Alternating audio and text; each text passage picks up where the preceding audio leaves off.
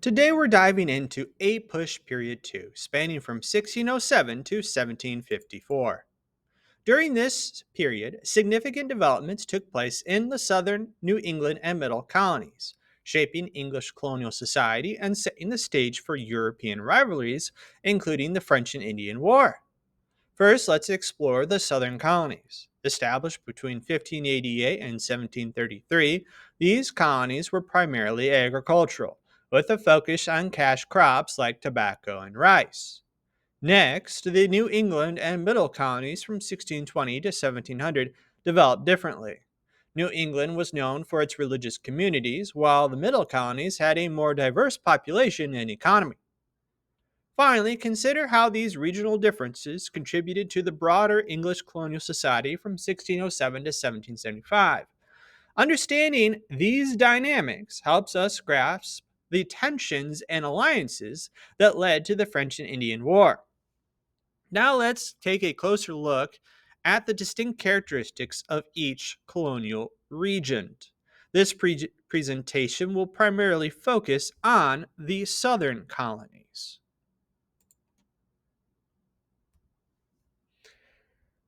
Now, here's a map of the different colonial regions, which each had a unique identity.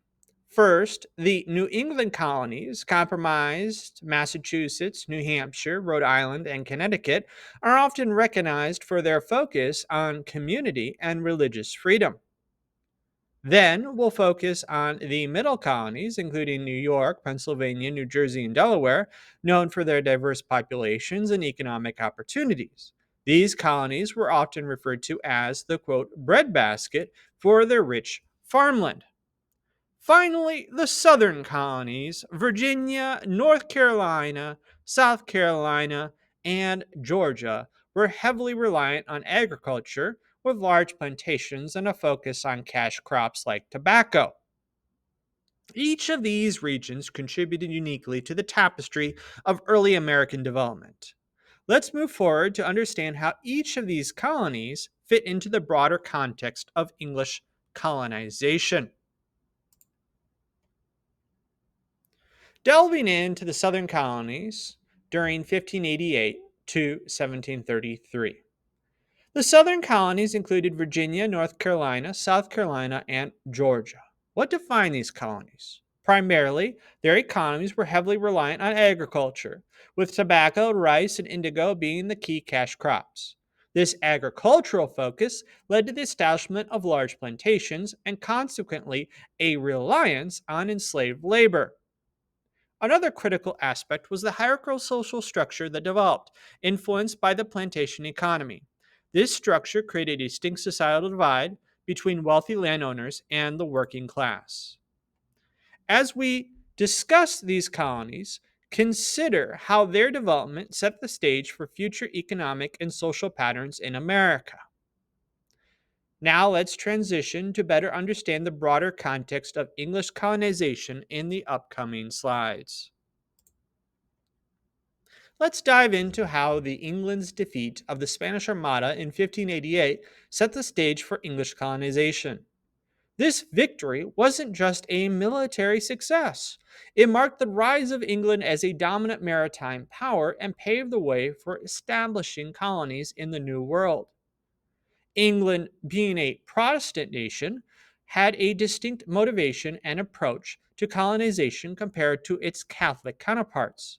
Let's explore the different types of colonies and how they were financed and governed. First, we have the joint stock company, a fascinating concept where stockholders invested in a colony and shared in the potential profits or losses. This shared risk and reward model was crucial for funding expeditions like the Virginia Company. Next, proprietorships. These were lands granted by the king to individuals or groups. They had the freedom to run the colony as they saw fit, which was quite different from corporate colonies. Finally, we have the royal or crown colonies, directly funded and governed by the monarchy, ensuring more direct control from England. A notable early English attempt was the colony of Roanoke. Led by Walter Raleigh in 1587, it's often referred to as the Lost Colony due to its mysterious disappearance. highlighting the challenges and uncertainties of early colonization efforts. Now, let's see how these early efforts evolved in the subsequent slides. Diving deeper into the Chesapeake colonies, that of Virginia and Maryland, these regions, part of the upper southern colonies, played a crucial role in the early stages of English colonization. The first permanent English settlement in North America was established at Jamestown in 1607. The primary motive? Wealth. It was set up under a joint stock company known as the Virginia Company. Now, the early years of Jamestown were challenging. This period is often referred to as the starving period, during which many settlers succumbed to disease and starvation.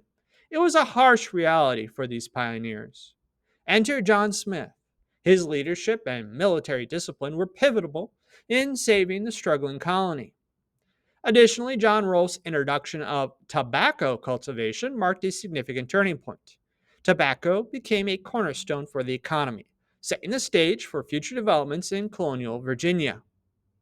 Each of these points highlights the resilience and adaptability of the early settlers, which paved the way for the growth and eventual prosperity of the Chesapeake colonies. Let's explore colonial Virginia and its journey through pivotal transformations. Tobacco played a crucial role as Virginia's cash crop, fueling the rise of the plantation system.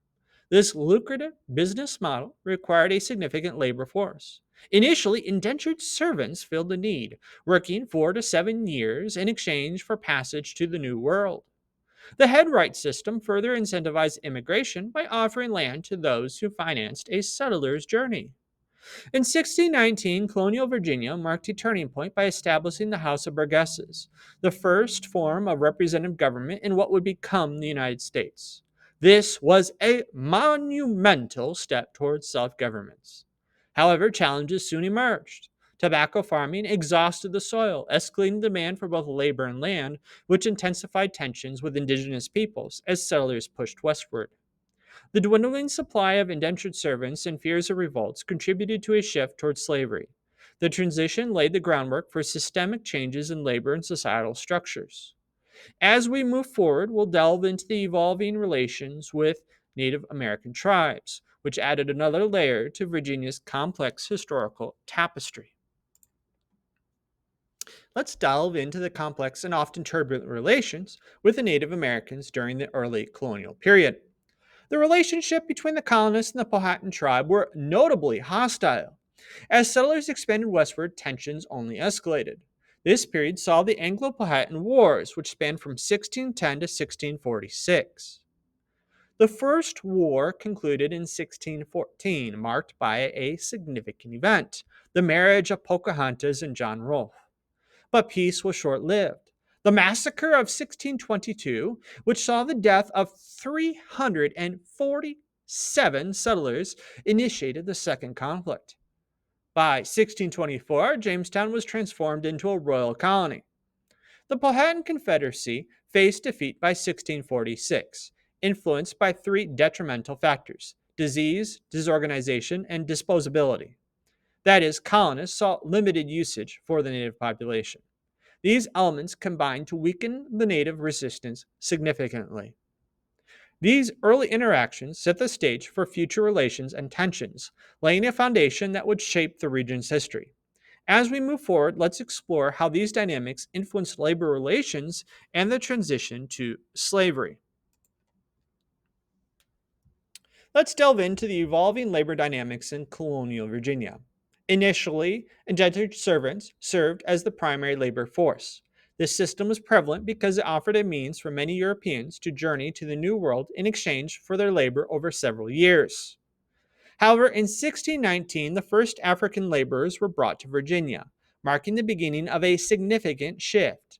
This change was further catalyzed by Bacon's rebellion in 1676. Let's explore this a bit. Frustrations were mounting due to limited land available for settlers and the concentration of political power among the plantation elite. Governor Berkeley's restrictions on westward expansion only added fuel to the fire. Nathaniel Bacon, seizing upon these grievances, led a rebellion that notably included burning parts of Jamestown. The rebellion underscored deep tensions between social classes and regions, and it prompted plantation owners to transition towards African chattel slavery. This shift allowed them to exercise more control over their labor force and reduce the likelihood of further revolts. To sum up, these events highlight the complexities of colonial society and the pivotal transitions in labor practices. Let's talk about Maryland, another Chesapeake colony. Maryland was a proprietorship, meaning it was land granted by the king to Lord Baltimore. His intent was to create a refuge for Catholics who faced persecution in England. However, many Protestants also moved to Maryland, which led to religious tensions. The Act of Toleration was enacted in 1649 to protect Catholics by granting religious freedom to all Christians, both Protestants and Catholics. This act did not extend to people of other faiths, such as Muslims or Jews. It's crucial to recognize how religious dynamics shaped the social landscape in Maryland. This tension set the stage for Maryland's unique religious identity within the colonies. As we explore the southern colonies, we noticed varied approaches to labor and society. Let's start with South Carolina.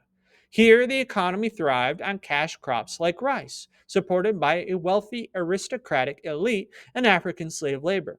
This created a strong plantation economy. In contrast, North Carolina had a different dynamic. It was home to small tobacco farmers who relied less on slavery. This difference highlights the diversity within the southern colonies. Turning to the Caribbean, places like Barbados and Jamaica were heavily dependent on sugarcane, with strict slave labor systems from the outset. This early adoption of slavery had lasting impacts on their society. Lastly, Georgia played a unique role as a buffer colony against Spanish and French threats. Initially, it was a penal colony for debtors and banned slavery, but eventually evolved into a plantation society reliant on slavery. This progression reflects the broader trends in the region. On the bottom left, there's a table of a breakdown in population demographics. What conclusions can be reached based upon this data? One is that slavery existed throughout the colonies, including the northern colonies, but it was heavily centered in the South. Second is that whites outnumbered the black population, which limited the possibility of slave revolts like those seen in the Caribbean, which often saw 90% of the overall population being enslaved. Lastly, both whites, free blacks, and enslaved blacks played a pivotal role in the development of America.